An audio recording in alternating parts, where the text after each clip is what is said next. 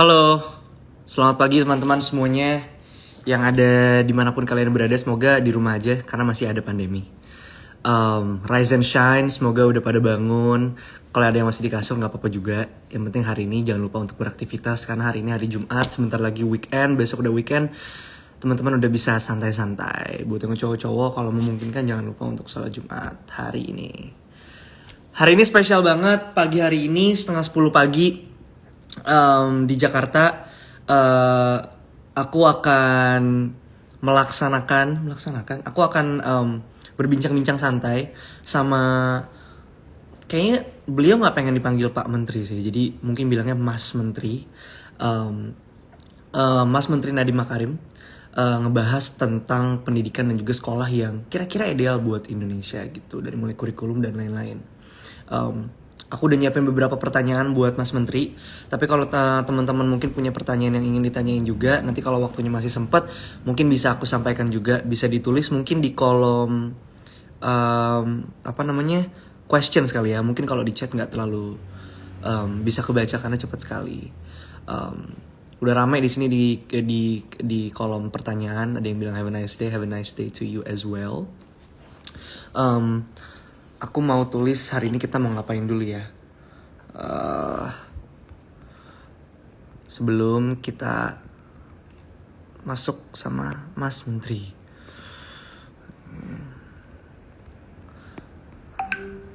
Oh, dia nggak bisa di ini ya.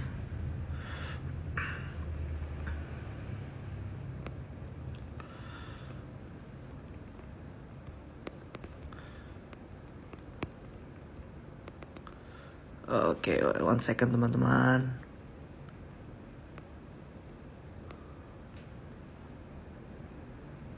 Oke.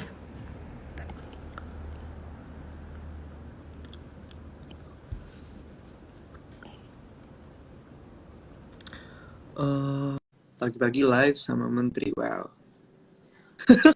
What a way to start my Friday.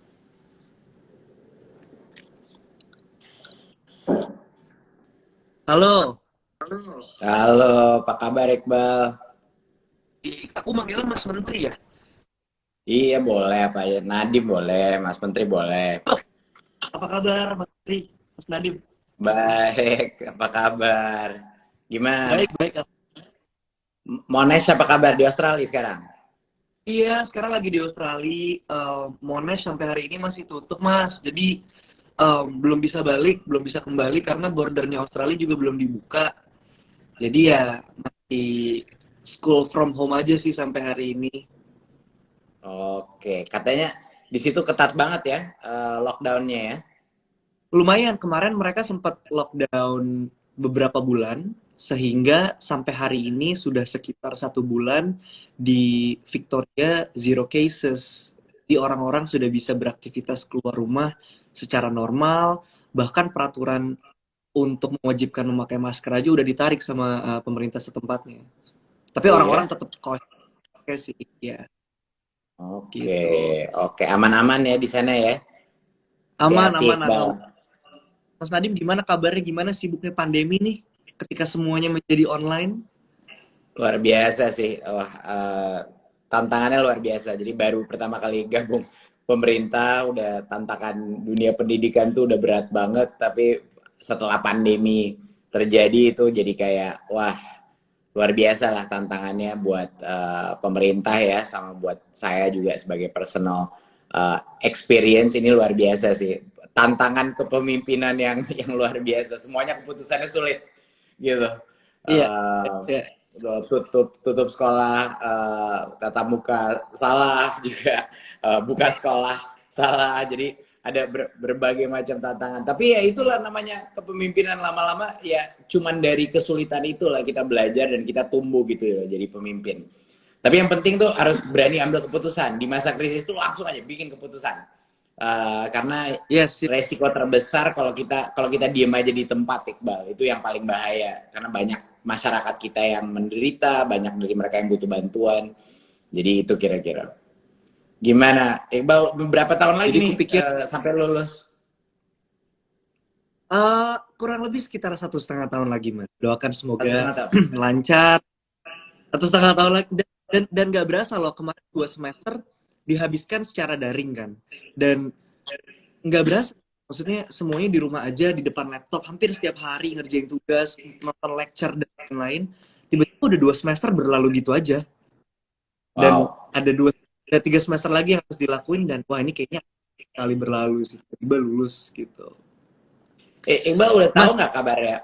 Udah tahu nggak kabarnya? Monash University jadi universitas pertama, mereka mau bikin S2 di Indonesia. Mereka jadi universitas iya, pertama yang bakal ke Indonesia. Udah tahu kan? iya, udah tahu kemarin tuh Itu pas begitu, pas dengar berita itu awalnya nggak tahu kalau ternyata itu buat S2. Aku pikir kayak wah udah jauh-jauh ke sini ternyata bikin di Indonesia. Oh ternyata itu buat si mastersnya, buat itu exciting sih. betul, betul. Tapi itu rekor baru buat Indonesia makanya.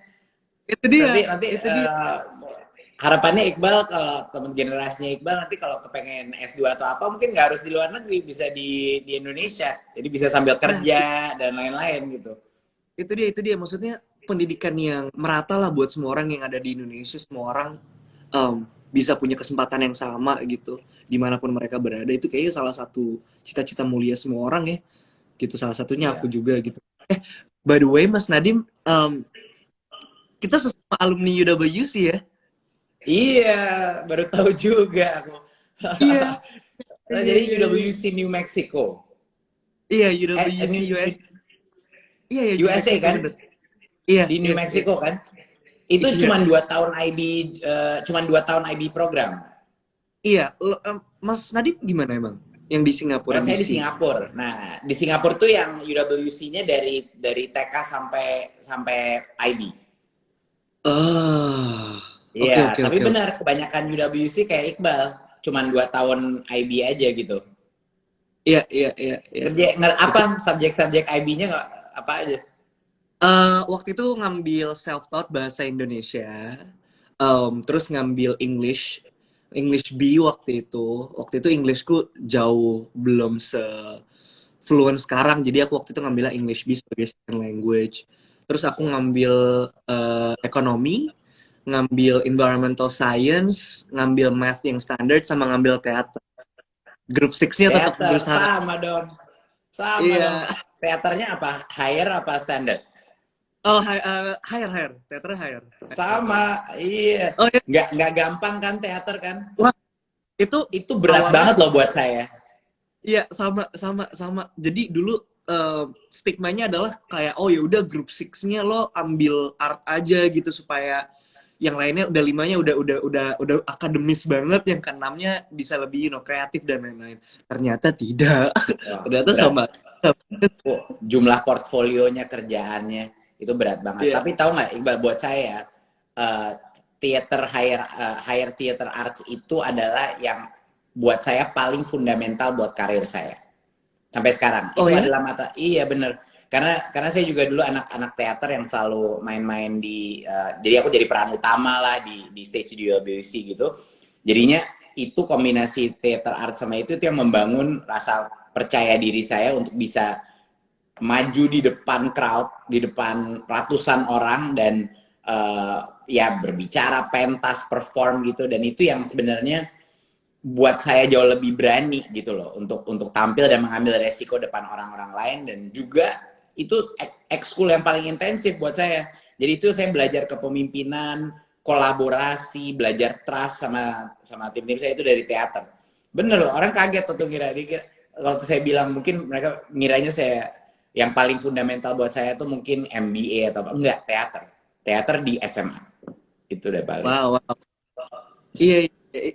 Itu menarik banget sih. Maksudnya dari subjek yang mungkin orang-orang memandang apa ya, sebelah mata ya, itu kan arts gitu ya, bukan subjek yang konvensional mungkin yang ada di Indonesia gitu. Tapi ternyata buat Mas Nadim sendiri itu satu yang fundamentalnya malah untuk karir tuh, keren sih. Nah, benar, dan mungkin banyak orang punya mispersepsi. Apalagi orang tua ya. Orang tua tuh punya Nah, banyak mispersepsi ya, prejudis terhadap bidang-bidang seni atau apa. Karena menurut mereka ya itu nanti dapat kerjaan apa gitu kan. Selalu kan pertanyaannya nanti dapat kerjaan apa. Nah, itu yang betul. makanya saya selalu bilang sama mahasiswa atau siapa, saya selalu bilang gini aja ya. Orang tua itu sangat penting perannya untuk menanamkan nilai-nilai di kita, dan kita harus belajar dari pengalaman orang tua. Jadi banyak untuk anak-anak yang suka kurang ajar sama orang tuanya, jangan. Mereka tuh punya luar biasa kekayaan ilmu dan informasi. Tetapi kalau urusan karir, itu menurut saya sebaiknya siswa-siswa generasi sekarang, karena dunia karir itu juga udah berubah total Iya. ya dari generasi mereka. Jadi saya kasih tahu mahasiswa kalau karir itu mendingan tanya alumni teman-teman kita yang udah berapa tahun keluar. Itu lebih akurat lah prospek pekerjaannya gitu. Setuju, Jadi jangan terlalu didengerin orang tua mengenai advice karir gitu. setuju. Aku pernah baca bahwa kebohongan terbesar masa kecil saya, di masa kecil kami, adalah ketika dibilang kalau artis, fotografer, videografer, musisi itu semuanya nggak bisa cari duit gitu, nggak bisa hidup.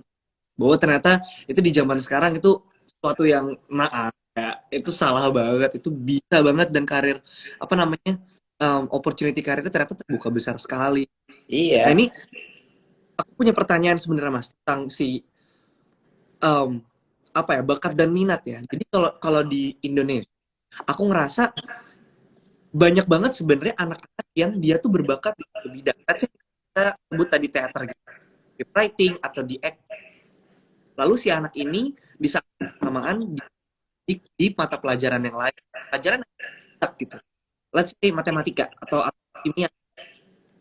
Nah, kalau di Indonesia itu rasanya orang tua lebih condong memfokuskan anaknya untuk dilesin untuk yang dia nggak bisa. Bener nggak sih? ya. Instead of apa, ini yang berbakat nih gitu, bola kayak atau apa kayak, itu two Betul. sense-nya Mas. Itu bukan hanya di Indonesia. Menurut saya itu di banyak negara-negara Asia, Iqbal. Oh, Jadi oke. di banyak negara Asia ada persepsi bahwa suatu kelemahan itu akan ini budaya orang tua ya, mungkin budaya di kelemahan itu akan bisa menjegal anak saya gitu. Kelemahan itu akan menjegal karirnya, atau dia dapat angka yang jelek, nanti dia nggak bisa masuk universitas yang baik. Dan ada sebagian dari itu yang nggak bisa kita deny juga. Mungkin ada benarnya juga. Tetapi saya percaya sebagai personal bahwa potensi manusia itu jauh lebih besar kalau mengembangkan kekuatan dasarnya. Jadi Hmm. kalau kita work on our strengths, menurut saya return daripada effort itu jauh lebih gede, Iqbal. Iqbal contohnya lah, Iqbal sama saya contohnya lah. Gitu. Kalau kita berfokus kepada hal-hal uh, yang lebih cocok dengan passion kita, lebih cocok dengan strength kita, sesuatu hal yang kita tekuni, yang kita senang lakukan, dan karena itu kita juga jadi lebih jago di dalam art kita, gitu kan? Ya, Di dalam bidang kita. Menurut saya sih sebagai filsafat, menurut saya fokus terhadap mengembangkan kompetensi yang anak itu punya bakat atau punya minat, itu lebih penting daripada menutupi kekurangan dia. Itu menurut saya ya, secara personal. Dan harusnya opsi itu ada di sistem pendidikan kita. Opsi untuk fokus kepada suatu bakat dan minat.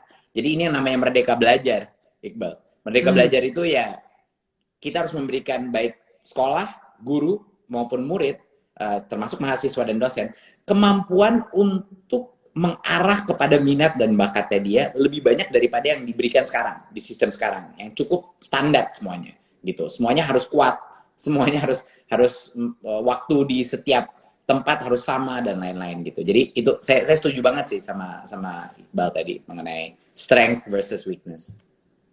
Iya, iya, iya. Itu kalau itu soalnya aku ngerasa banget dari personal experience sih, bahwa ketika aku sempat bersekolah di Indonesia sebelum ke Amerika, rasanya si kami sebagai murid-murid kami dituntut untuk selalu bisa um, perfect di semua pelajaran gitu Mas. Aku pernah ngitung waktu itu di sekolah lamaku ada 13 mata pelajaran, 13. Itu pun misalnya kayak math itu, karena aku waktu itu ngambil IPA, ada math aktif, ada math apa namanya pilihan. Terus kayak kalau agama, karena waktu itu sekolah Islam itu pun ada yang fikihnya, ada Al-Qur'an, ada jadi semuanya banyak banget gitu cabang. at the same time di waktu yang bersamaan aku ngerasa gede sekali karena bagaimana murid dituntut untuk bagus dalam 13 pelajaran ketika gurunya juga hanya bisa satu gitu. Ya, nggak, jawabannya nggak mungkin. Nggak ada orang yang bisa bagus. Sangat sedikit anak yang bisa bagus di semua mata pelajaran. Dan Ya, yang harus kita diskusikan adalah apa dampaknya kepada siswanya. Kalau karena beberapa kelemahan dia merasa terdemotivasi, atau mungkin dilabel sama guru atau orang tuanya sebagai malas, atau mungkin tidak pintar, atau apa. Padahal masalahnya bukan itu, masalahnya dia tidak ada minat. Kita gimana jadi jago di suatu bidang kalau kita nggak minat ya? Itu sangat ya, sulit buat saya mengerti sih. Gitu. ya. Ya, Eh, jadi baru-baru ini katanya ujian nasional juga pengen dihapuskan. Maksudnya selama ini kan ujian nasional banyak yang mengkritisi kalau itu paper based sekali ya, maksudnya bakat ini, anak ini kemampuannya ini tidak terlalu diuji gitu. Ini disamaratakan, generalisir, kita harus lulus gitu. Walaupun mungkin strength kita nggak ada di mata pelajaran yang diujikan ini dan katanya pengen digantiin sama asesmen nasional, if I'm not mistaken. ya, Itu apa itu? What's that? jadi ini salah satu perubahan fundamental ya dari sistem pendidikan kita yang kita pertama lakukan gitu. Jadinya suatu assessment yang diselenggarakan secara nasional itu tidak mungkin dan tidak bisa digunakan untuk mengukur potensi siswa individu. Ini adalah kesalahan yang sebelumnya, yang kita koreksi. Sistem asesmen nasional harusnya dilakukan untuk mengukur kualitas daripada sistem pendidikannya, yaitu kualitas sekolahnya. Dia harusnya mengukur Oh, sekolahnya atau mengukur areanya, distriknya, ya, misalnya, atau mengukur sistem secara umum. Jadi kita ubah nih, kita ubah asesmen nasional tidak lagi ada dampaknya sama sekali kepada siswa. Dan nggak bisa, gimana kita ngambil tes 2-3 jam, tiba-tiba masa depannya dia bisa bergantung kepada tes itu. Itu nggak fair, nggak adil. ya. Dan Hmm, ujung-ujungnya karena banyak adalah knowledge base, yang terjadi selama ini, tahu nggak Iqbal yang terjadi? Waktu PISA keluar, beberapa data, kan PISA juga menanyakan tingkat ekonomi anak-anaknya. hmm. Jadi hasil PISA itu yang tes internasional. Iqbal pernah dengar PISA kan? Ya, di mana kita di ranking lumayan rendah dari dunia. Ini yang menjadi animo krisis pembelajaran dan makanya kita melakukan reformasi secara tepat. Nah, di data itu di PISA kelihatan sangat jelas bahwa perbandingan antara sekolah swasta dan sekolah negeri bahwa anak-anak dengan tingkat ekonomi lebih tinggi itu ada di sekolah negeri mayoritas. Dan anak-anak dengan tingkat ekonomi lebih rendah, dan PISA ini jangan lupa ini SMP, level SMA, SMP gitu ya, SMP 3, SMA Ya, 1 ya. Karena umur 15 yang ditanyanya. Jadinya kenapa itu? Aneh kan? Jadi semua tingkat ekonomi tinggi itu ada di sekolah negeri. Semua yang ekonominya lebih rendah itu ada di sekolah swasta. Bagi kita yang memikir sekolah swasta itu sekolah yang mahal-mahal, yang di Jakarta atau di Jogja itu sebenarnya salah total, mispersepsi. Kebanyakan sekolah swasta itu sekolah-sekolah yang nggak terlalu di daerah-daerah yang nggak terlalu mampu. Itu hmm. alasannya yang terjadi itu, kenapa di sekolah negeri itu jauh lebih banyak yang tingkat itu karena UN. Karena semua anak-anak yang dapat UN-nya lebih tinggi bisa masuk sekolah negeri. Karena sebelum zonasi dan lain-lain gitu. Ya, Yang nggak dapat harus masuk sekolah swasta. Tapi perbedaannya apa? Anak-anak yang bisa dapat UN tinggi, Iqbal, itu anak-anak yang orang tuanya mampu bimbelin anaknya untuk dapat angka yang lebih tinggi. Orang tua yang ya. nggak punya uang untuk bimbelin anaknya, ya nggak masuk. Jadi lucu kan? Gimana suatu hal yang tadinya sebenarnya untuk kebaikan menjadi instrumen diskriminatif yang luar biasa. Jadi apa nih maksudnya? Harusnya kan yang di pemerintah itu memberikan pendidikan untuk semua. Jadi itu udah kita hilangkan. Jadi udah tidak ada lagi. Sekarang asesmen nasional memang kita melakukan sampling kepada murid-murid untuk melakukan tes setiap tahun, ya. Tapi kita melakukan SD, SMP, dan SMA. Tapi nggak ada dampaknya buat murid. Murid mengambilnya dan hanya yang dites untuk murid yang dari asesmen kompetensi itu adalah numerasi dan literasi. Jadi tidak bisa dibimbelkan. Makanya ini sekarang tiba-tiba keluar, oh ada bimbel AKM, asesmen kompetensi, itu nggak ada gunanya. Itu buang-buang uang untuk bimbel. Karena tidak ada dampak kepada kelulusan, tidak ada dampak kepada PBDB atau masuk tahap berikutnya, masuk dalam sekolah negeri. Tidak ada dampak kepada angka dia, rapor. Tidak ada sama sekali. Itu anak tinggal masuk, ngambil tes, tidak ada konsekuensinya buat anak tersebut sebagai individu. Tapi nanti sekolahnya itu nanti kita petakan. Dan Iqbal, satu lagi inovasi yang kita lakukan, bukan hanya numerasi dan literasi yang kita lakukan. Kita juga ada 2 survei lain, namanya survei karakter. Yaitu kita menguji, bukan menguji ya, tapi kita mengakses nilai-nilai Pancasila. Keberagaman, dicintai apa enggak? Apa level toleransi di dalam sekolah itu? Apakah anak itu dibully?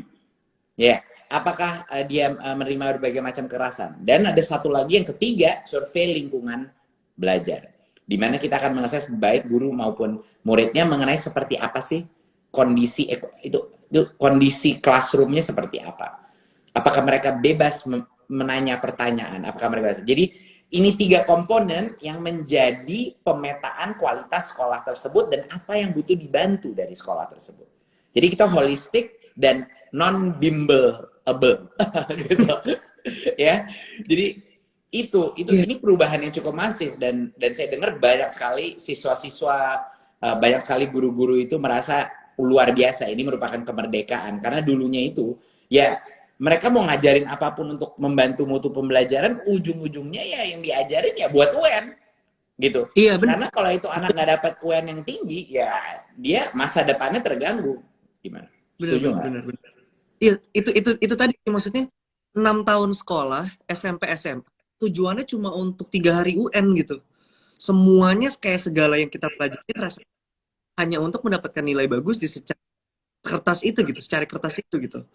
Itu waktu itu sempat mikir kayaknya nggak fair kan ada teman-teman itu sempat punya bakat dan minat di bidang yang lain yang harusnya nih bisa menjadi someone nih gitu, tapi terus ya akhirnya dibilang kelas itu tadi dibilang nggak sukses masa depannya mau jadi apa nanti, cuma nilai jadi nggak bagus gitu, jadi nggak holistik. Tadi Mas Menteri sempat sebut tentang nilai-nilai Pancasila, itu menurut menarik banget karena ada sedikit menyentuh tentang isu well-being murid ini, bagaimana si murid ini mengenal dirinya, mengenal sekitarnya, berempati, social conscious yang baik. Dan menurutku itu juga tadinya satu hal yang aku nggak dapetin setidaknya waktu zaman aku sekolah di Indonesia. Dan tadi sempat nyebutin apakah anak itu dibully. Menurutku bullying adalah salah satu isu yang masih sangat sering terjadi di sekolah. Ini isu yang mungkin nggak semua orang merasakan, tapi pasti ada di sekolah. Kalau ditanya, aku juga pernah merasakan gitu. Sama. Tapi sebelumnya aku mau nanya Mas Menteri gitu. Have you ever experienced? Pernahkah mengalami bullying atau malah yang membuli? saya pernah jelas saya punya pengalaman dibully dan karena pengalaman dibully itu saya mulai menyadari dalam diri saya juga ada inklinasi untuk mau balas dendam gitu. Waktu saya masih umur baru awal-awal remaja gitu. Tapi ya alhamdulillah saya mulai umur 14-15 tuh mulai berkembang pertemanannya, jadinya nggak sempet jadi bully, tapi bisa gitu. Saya udah ngerasa itu kemarahan dalam diri saya untuk kepengen menjadi bully. Tapi saya juga susah menjadi bully. Saya kecil dulu, saya masih kecil sih sekarang, tapi nggak tinggi. Tapi iya, saya dulu itu waktu umur 11, umur 10 sampai umur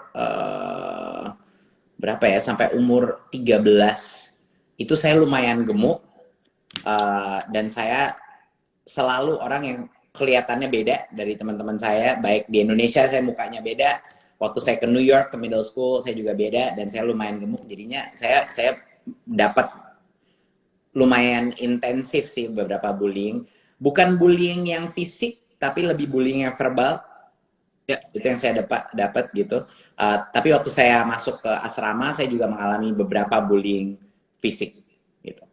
Dan terus terang saya nggak tahu, semua teman saya nggak tahu satupun yang nggak mengalami satu atau dua jenis bullying sih. Ini benar-benar saya hampir, beberapa dari teman saya mungkin bilang iya saya nggak pernah dibully, oke, tapi menurut saya mayoritas dari teman-teman saya yang cerita, mereka tuh pernah mengalami dan traumanya tuh nggak pernah hilang, nggak Iya, pernah hilang. setuju. Sampai hari ini nih saya masih merasa trauma itu dan mungkin ingin membuktikan orang-orang yang ngebully saya itu mereka salah gitu loh. Jadi itu menjadi motivasi banyak orang juga untuk ya berkarya dan sukses dan lain-lain. Tapi itu nggak healthy gitu loh. Ini bullying. Ini isu yang luar biasa dan to be honest, kalau Iqbal gimana? Dulu aku sempet dibully banget pas SD, Mas. Pas SD sama Hmm. kasusnya karena aku di antara teman-teman sekolah tuh kecil banget, yang paling kecil gitu. Hmm. Dan di SD tuh aku salah satu anak yang mungkin paling ekspres, kayak maju ke depan dan lain-lain gitu, menyampaikan pendapat. Jadi sedikit apa namanya, kayak cari muka sama guru gitu. Suka dikira Hmm. kayak gitu. Dia berusaha untuk dekat sama guru, akhirnya dibully sama teman sekelas, sama kakak kelas. Bahkan dulu sempet dibully banget sama cewek-cewek. Jadi cewek-cewek dari SD udah apa ngegeng gitu ya, kayak can't fit with us type of thing gitu loh. Ada Wow. kayak ada aku yang kayak kecil gitu, terus kurus banget gitu. Terus akhirnya jadi kayak suka dimintain duit dan lain-lain, diminta Dipalak. jajan, dipalak, iya kayak gitu. Itu Wow. sebenarnya ya, dan itu tadi menarik banget begitu Mas bilang ada inclinasi untuk menjadi bully balik gitu, untuk bully gitu. Karena aku juga sebenarnya ngerasa kayak gitu. Itu akhirnya membuat aku mikir, apakah itu sebenarnya vicious cycle ya? Jadi si bully ini tuh sebenarnya adalah orang-orang yang dulu juga sebenarnya pernah tertindas gitu. Sebenarnya jadi apa gitu yang buat akhirnya menjadi seorang bully gitu sih Mas?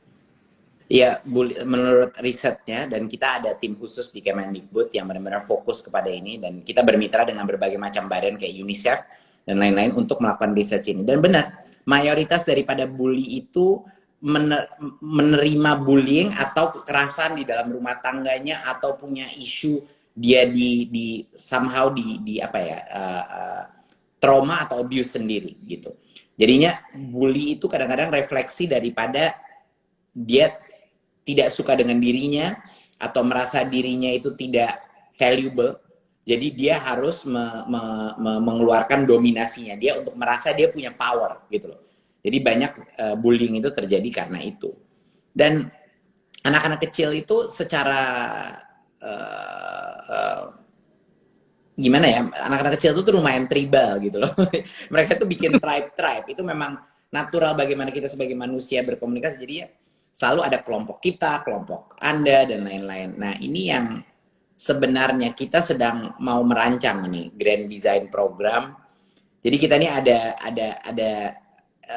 ini nama internal kita ya. Cuman kita bicara ini di dalam tim Kemendikbud itu kita panggilnya 3 dosa. Ada 3 dosa yang tidak ada toleransi, yang harus kita eradikasi di dalam sistem pendidikan kita. Yang pertama adalah perundungan, bullying. Kedua adalah kekerasan seksual. Dan yang ketiga adalah intoleransi. Nice. Intoleransi. Ya. Jadinya ini yang kita sebut 3 dosa ini harus ada systematic approach. Gimana? Di dalam kampus-kampus, di dalam sekolah-sekolah. Dan ini nggak mudah. Ini nggak akan, ini bisa 1 generasi untuk melakukan perubahan ini. Tapi kuncinya Iqbal, adalah murid-murid. Jadinya dari semua riset yang kita lakukan, satu-satunya cara untuk bisa mengurangi insiden bullying adalah untuk merubah budaya di dalam social circle-nya anak-anak itu. Oke. Jadi kita harus bikin gerakan, Iqbal. Kita harus bikin gerakan di mana anak-anak yang populer, anak-anak yang influencer di dalam classroom-nya, di dalam itu menjadi guardian bullying. Dia menjadi guardian orang-orang yang dibully. Dia yang diberikan tanggung jawab dan juga influence untuk melindungi rekan-rekan kelas dia, ya, murid-murid lain yang mungkin menjadi victim bullying. Jadi kalau anak-anaknya sendiri, kalau anak-anak di sekolah tidak step up, kalau mereka tidak membela anak-anak yang dibully, kita nggak akan bisa solve problem ini. Gitu. Jadi mau kita pakai program apapun dari pemerintah, kepala sekolah, tentu kepala sekolah dan guru harus sensitif, harus menerima pelatihan mengenai ini. Tetapi ujung-ujungnya kalau kita mau hilangkan, kita harus membuat bullying itu sama sekali tidak bisa ditolerir, bukan untuk orang dewasa, untuk anak-anak. Gitu, untuk anak-anak. Jadi kalau kita udah mencapai critical mass, anak-anak itu tidak mau toleransi bullying sama sekali. Dan kalau anak-anak melihat orang dibully, si bulinya itu yang mendapatkan hukuman sosial. Si bulinya yang mendapat hukuman sosial. Itu baru kita bisa merubah budayanya. Nah, caranya gimana? Ada berbagai macam strategi, tapi harus lewat student body-nya. Harus lewat siswa-siswanya. Gitu. Nggak, semua intervensi dari dewasa itu hanya limited kapabilitasnya yang bisa terjadi. Setuju. Karena kalau aku personal experience-nya ada yang dibully, aku dibully, lu lapor orang tua atau guru curhat tentang apa yang terjadi. Lalu nanti guru atau orang tua kayak kasih tahu ini yang ngebully ini, akhirnya jadi, woi ngadu, tukang ngadu. Jadi si mental si yang dibully ini makin kacau gitu. Jadi makin gak berani cerita sama siapa-siapa, makin gak punya perlindungan dan lain-lain. Dan bener tadi kata traumanya sampai hari ini, iya sih, itu nggak bisa gitu. Ya. Tentang si bully. Dan juga satu hal, karena dari pengalaman saya pribadi, yang nggak tahu Iqbal apa yang terjadi sama Iqbal waktu itu, tapi buat saya waktu saya masuk UWC, saya masuk asrama itu, jadi saya udah tinggal sendiri itu di luar rumah orang tua tuh sejak umur 14, Iqbal, karena saya udah jadi border dari umur 14 gitu. Nah, waktu saya pertama masuk asrama saya, itu pertama kalinya saya mendapat ancaman bully fisik dari kakak kelas gitu. Kan UWC bukannya kayak apa namanya, mengecam keras bullying ya? Sangat. Tapi itu hukum rimba kadang-kadang. Kalau kita semua anak-anak tinggal di sekolah nggak ada orang tua gitu, ya masih aja gitu, remaja ini hukum rimba gitu. Jadi ya mau di situasi apapun di sekolah yang sangat baik sama itu, memang oke lah, nggak separah-parah budaya lain. Tapi beberapa kali itu ada gitu loh, serangan fajar dari kakak kelas gitu ada. Dan saya mengalami itu.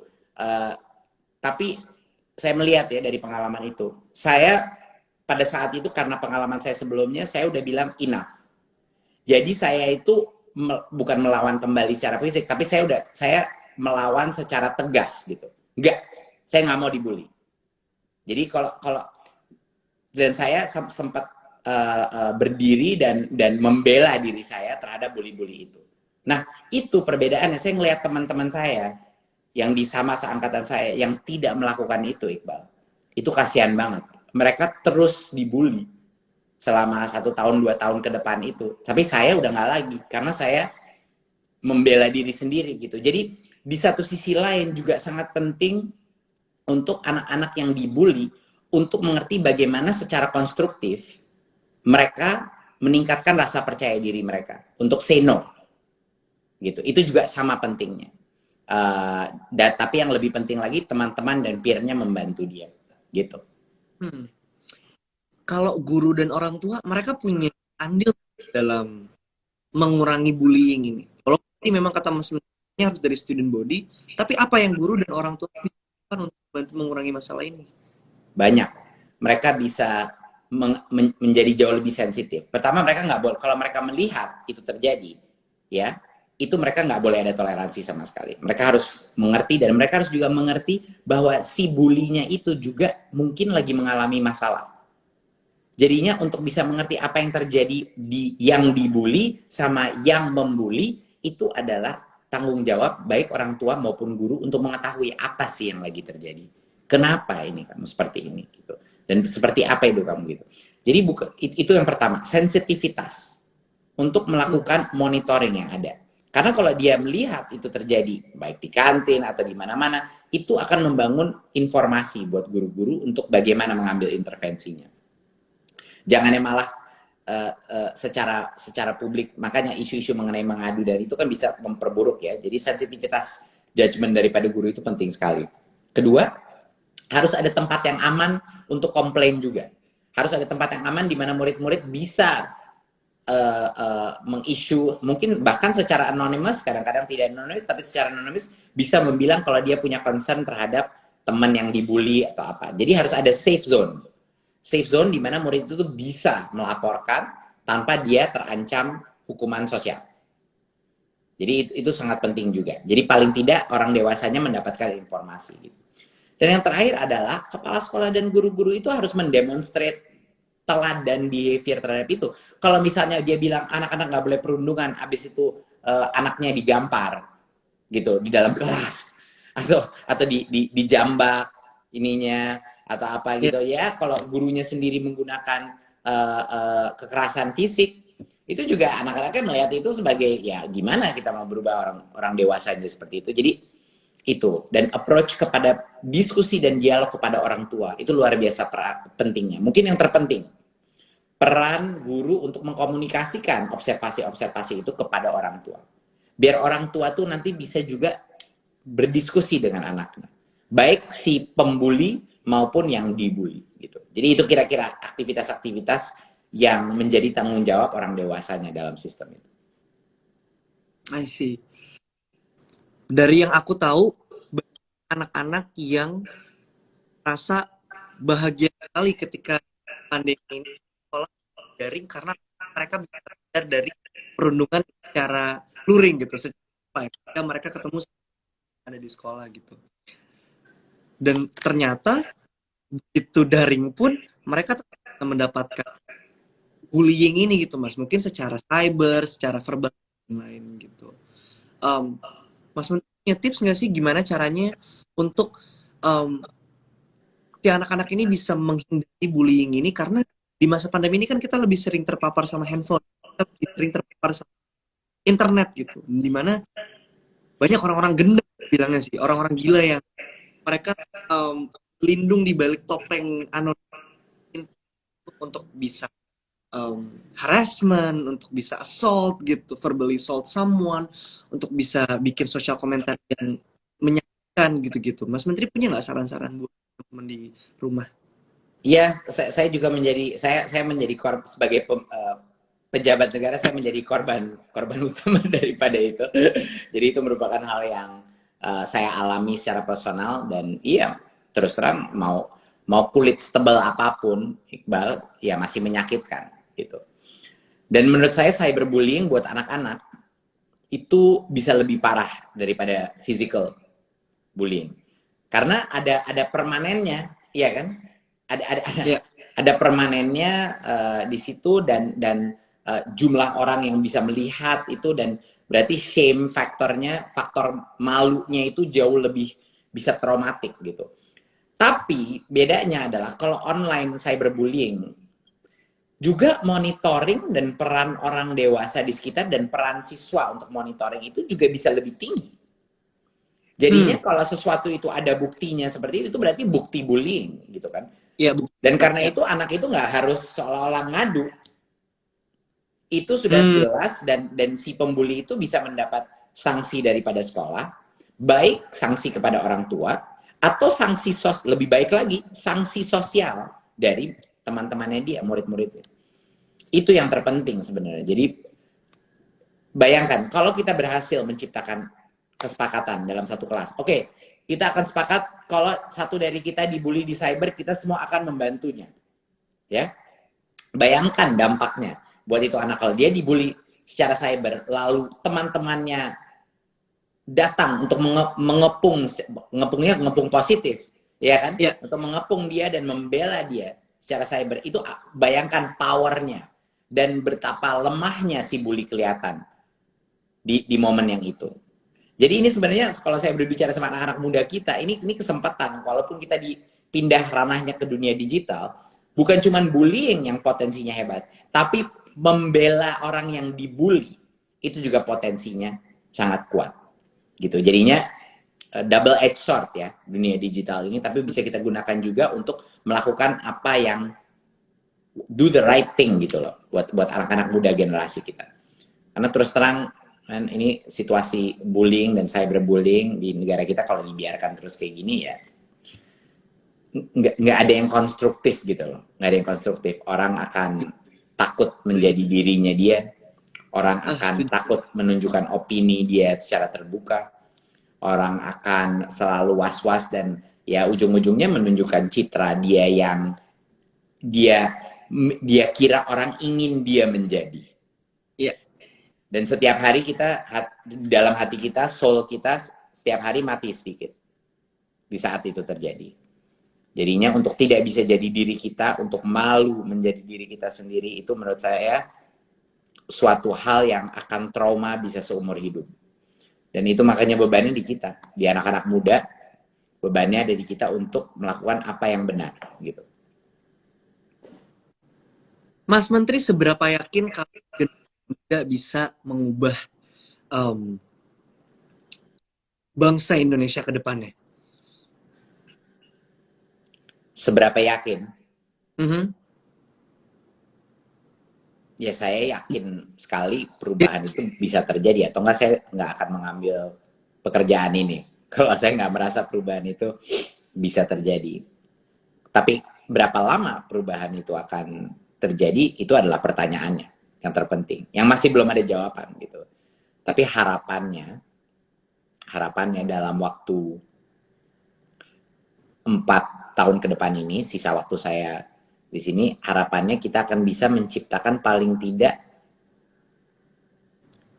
perubahan-perubahan yang akan sulit dibalikkan. Perubahan-perubahan yang harapan saya irreversible gitu. Ya, Ya kan, UN dihilangkan itu kan ya, susah ya. untuk dikembalikan, ya kan? Bahwa kita membuat seleksi kepala sekolah dan pengawas dan guru, pelatih guru yang berdasarkan guru penggerak, ini kita lakukan kayak Kopassusnya guru lah, Iqbal. Itu namanya Ya. guru penggerak gitu program kita. Dan kalau mereka menjadi kepala sekolah, dan menjadi itu juga akan sangat sulit dibalikan kalau mereka sudah menjadi agent of change. Kalau kita merubah standar guru-guru baru kita yang keluar dari sekolah, baru menjadi guru fresh, merubah mindset mereka, itu kan mereka menjadi agents of change. Dan mereka nggak harus unlearn anything juga. Jadi itu akan menjadi agen perubahan juga. Kalau kurikulum kita bukan menjadi kurikulum yang set menu, nih harus kayak gini semuanya, tapi menjadi supermarket. Kurikulum itu menjadi supermarket, di mana guru-guru itu boleh belanja bahan-bahan dasar, bahan-bahan pokok mereka, lalu mereka boleh masak sesuai minat dan bakat anak-anak mereka. Dan Menarik. sesuai Ya. kompetensi anak-anak mereka. Bayangkan kalau itu bisa terjadi dari kurikulum. Dan dengan teknologi saya rasa itu mungkin banget terjadi. Bayangkan kalau Iqbal, bayangkan kalau di classroom kita lebih banyak waktu dialokasikan untuk project based learning. Di mana anak-anak bukan duduk di kelas saja nerima informasi dari guru, tapi mereka berkolaborasi dengan teman-temannya, mengerjakan suatu project, di mana angka mereka saling bergantung sama kinerja masing-masing murid, belajar berkreasi dan menghasilkan karya. Ini esensinya. Mungkin yang untuk terakhir ya, jadi saya tuh selalu bilang, nggak usah, kadang-kadang kalau menjelaskan semua strategi perubahan sistem pendidikan, itu bisa mumet. Apalagi anak-anak muda gitu, mikir gimana ini, gimana. Guru-guru juga bisa mumet. Tapi saya menyederhanakan itu dalam 3 aktivitas yang dilakukan setiap hari di dalam classroom, di dalam sekolah. Kalau budaya sekolah itu mencapai 3 aktivitas ini tiap hari, itu namanya sekolah itu sudah mulai ke arah atau sudah merdeka. Oke. Kalau 3 aktivitas itu adalah banyak tanya, ini buat guru dan murid ya, ini bukan cuma buat murid, ini buat guru dan murid. Banyak tanya, banyak coba, banyak karya. Ini 3 hal. Pokoknya kalau semuanya mau secara teknis, sains daripada pedagogi terlalu rumit atau apa, pokoknya 3 esensi ini. Banyak tanya, banyak coba, dan banyak karya. Ini adalah esensi daripada aktivitas-aktivitas yang memerdekakan otak kita dan memerdekakan suatu institusi untuk berani berinovasi. Kalau kita nggak berani tanya, kalau nggak banyak tanya, itu nggak ada. Kita nggak bisa mendevelop nalar kritis kita. Kalau kita nggak berani coba dan nggak berani gagal, gagal itu adalah pembelajaran, gitu loh. Kalau kita nggak berani coba-coba hal yang baru, inovasi tidak mungkin terjadi, kreativitas tidak mungkin terjadi. Oke, Iqbal, you know this dari karir. Kita cuma belajar dari you become good at your craft karena Iqbal berani gagal Karena pernah karena salah. itu, iya kan? Dan karena itu menjadi lebih baik. Dan tentu yang terakhir adalah untuk berkarya. Jangan kita harus menjadi generasi yang menghasilkan sesuatu, bukan hanya mengikuti ujian. Kita harus menciptakan karya, apa itu paper, project, aktivitas, jiwa kepemimpinan, suatu karya seni, apapun itu harus menjadi portfolio di mana kita bersendiri ataupun bersama kelompok menciptakan sesuatu. Itu adalah yang di masa depan kita, dunia industri, dunia profesional, dunia entrepreneurship akan mendemand skill-skill itu. Dan kalau tidak, ya kita bakal tenggelam di dalam laut perubahan itu. Wow. Tadi Mas Menteri sempat ngebahas tentang kembali kemerdekaan belajar untuk semua siswa dan juga buat guru gitu. Ini mungkin pertanyaan yang simple dan mungkin dipertanyakan sama banyak orang. Akan kita kembali ke sekolah Kenapa Iqbal tadi keputus? Oh, sorry. Iya, tadi Mas Menteri sempat bahas tentang mengembalikan kemerdekaan belajar gitu untuk siswa dan juga gurunya. Ini mungkin pertanyaan yang simpel, tapi mungkin dipertanyakan sama semua orang yang mungkin lagi menonton. Akankah kita kembali ke sekolah sekolah offline? Sekolah tatap muka. Ya, tatap muka. Iya, jadi kemarin kan kita baru saja mengeluarkan keputusan SKB 4 Menteri yang terakhir. Jadi banyak orang mengira ini keputusan untuk sekolah tutup atau sekolah tatap muka apa online itu keputusan Kemendikbud. Itu tidak benar, itu keputusan 4 kementerian. Jadinya ada kita, ada Mendagri, ada Menak dan Menko PMK. Dan juga Menkes, Kementerian Kesehatan juga terlibat dalam SKB itu. Keputusannya gini, keputusannya adalah untuk semester berikutnya, masing-masing pemerintah daerah yang jauh lebih mengenal daerahnya dia, jauh lebih mengenal mana tingkat infeksi di dalam setiap kecamatan, kelurahan, desa-desa dia, bisa melakukan judgment call, diskresi untuk menentukan apakah dia siap apa tidak untuk melakukan tatap muka.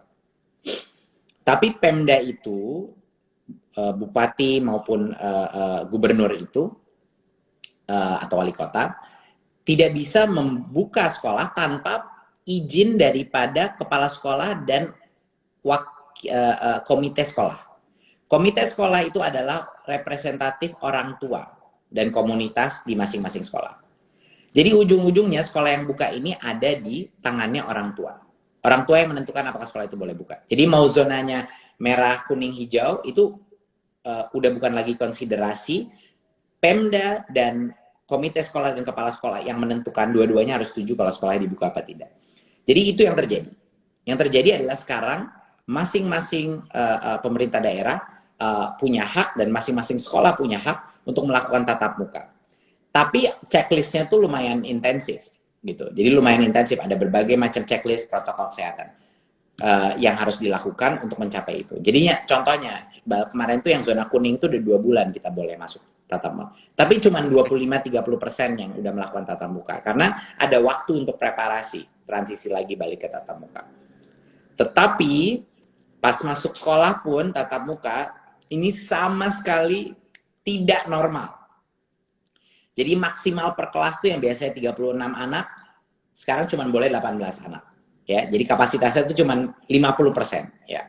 Jadinya mau nggak mau harus hybrid model, ada setengah dari kelasnya yang di rumah, setengah dari kelasnya masuk. Gitu. Dan mohon maaf, saya banyak sekali anak-anak yang mungkin kangen ekskul dan main-main di kantin, tapi itu tidak diperkenankan. Nggak bisa, udah resiko masuk sekolah aja itu kan sudah meningkat resiko penyebaran COVID. Apalagi kalau kita biarkan semua anak-anak makan bersama, bermain bersama dan lain, itu belum boleh. Jadinya bahkan sekolah itu akan sepi gitu. Cuman setengah kapasitas, masuk kelas doang, habis itu pulang. Udah nggak boleh ngapa-ngapain lagi gitu. Jadi itu adalah kompromi yang kita biarkan. Karena kasihan Iqbal, kita punya begitu banyak daerah-daerah di berbagai macam area di Indonesia yang sulit, bahkan yang tidak bisa melakukan PJJ gitu. Dan itu jadi untuk mereka, terutama untuk mereka, ini memberikan kesempatan daerah-daerah untuk mengambil keputusan bahwa untuk mereka, apalagi yang di desa-desa terpencil dan lain, untuk bisa mulai melakukan tatap muka duluan, karena mereka yang resiko paling tertinggal dari sistem ini. Dan yang terakhir adalah ini enggak, kalau kita terus saja melalui PJJ ini dampak kepada psikososial anak-anak kita, loneliness. Kita ada bukan hanya pandemi corona ya, kita punya pandemi kesepian. Kita ada pandemi kekerasan di dalam rumah tangga sekarang yang terjadi karena stres. Kita ada pandemi juga krisis pembelajaran dan motivasi, karena seperti kita tahu banyak sekali anak-anak kita yang stres di rumah. Anak-anak itu membutuhkan interaksi, jadi di dunia juga mengalami ini, tapi di Indonesia juga kita harus sangat hati-hati untuk tidak membuat loss of learning ini sesuatu yang permanen dan nggak bisa dikejar kembali, gitu loh, pada saat pandemi ini udah ada. Jadinya kita harus benar-benar membalance. Ada prioritas kesehatan, tapi juga ada prioritas untuk memastikan satu generasi tidak tertinggal selama-lamanya, permanen mengalami keterbelakangan pembelajaran dan kesehatan mental. Wow, oke. Itu ya buat yang nanya apakah akan masuk, tadi sudah dijelasin sama Mas Menteri. Kalau banyak banget sebenarnya apakah harus bikin online. Terima kasih jawabannya, Mas Nadiem. Sangat dielaborasi dengan sangat baik. Saya sih kalau aku sih puas sebenarnya gitu. Apakah harus masuk atau tidak? Semoga teman-teman yang di rumah juga merasa terjawab. Dari tadi kita udah pendidikan, not tapi condensed topic. Karena aku sebenarnya pengen main sebelum live-nya ini, takutnya mati kalau udah sejam kan. It's almost an hour since we pengen main game sama Mas Menteri nya this or that, ini atau itu. So aku punya dua pilih, A or B, lalu Nadiem harus dengan cepat tanpa mikir ya jawab A atau B. Your preference. Oke? Siap.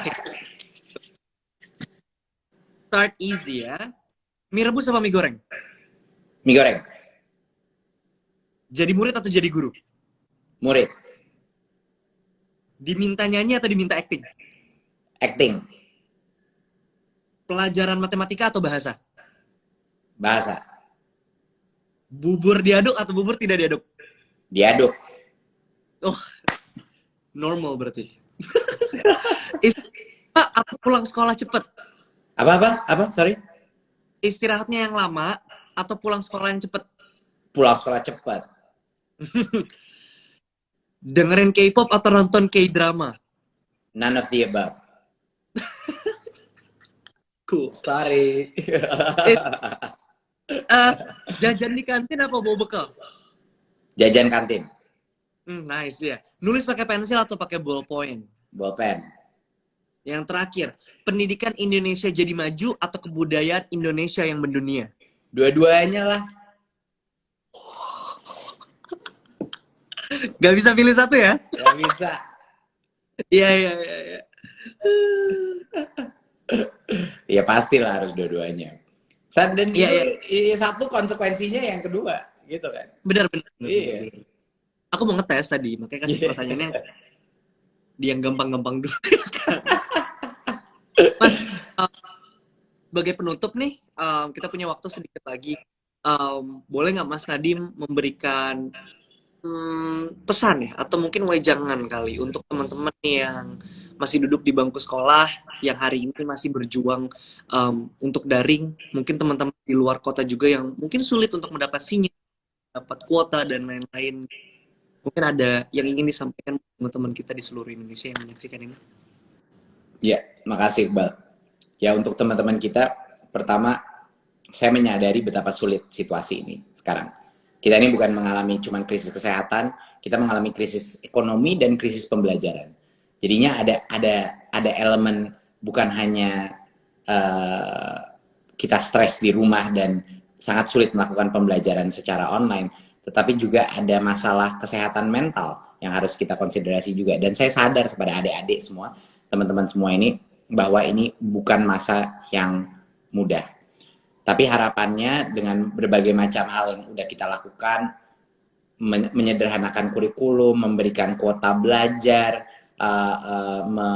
membantu guru-guru adik-adik, terutama guru-guru honorer, dan juga udah menghilangkan UN tahun ini. Harapannya adalah paling tidak adik-adik merasa pemerintah tuh hadir untuk di masa ini. Tapi sekarang kita masuki masa transisi di mana akan mulai melakukan tatap muka bagi beberapa sekolah kalau orang tuanya menginginkan.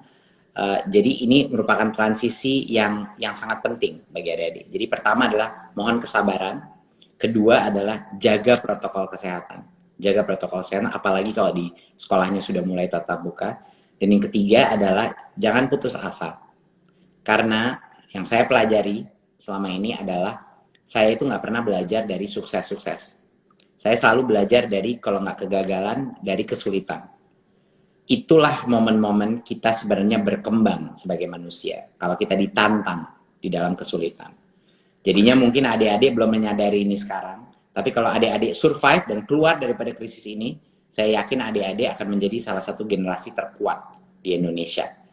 Dan itulah yang kita butuhkan untuk menjadi SDM kita unggul di masa depan. Kita harus punya generasi yang kuat, yang tangguh. Terima kasih. Terima kasih banyak Mas Nadiem atas waktunya.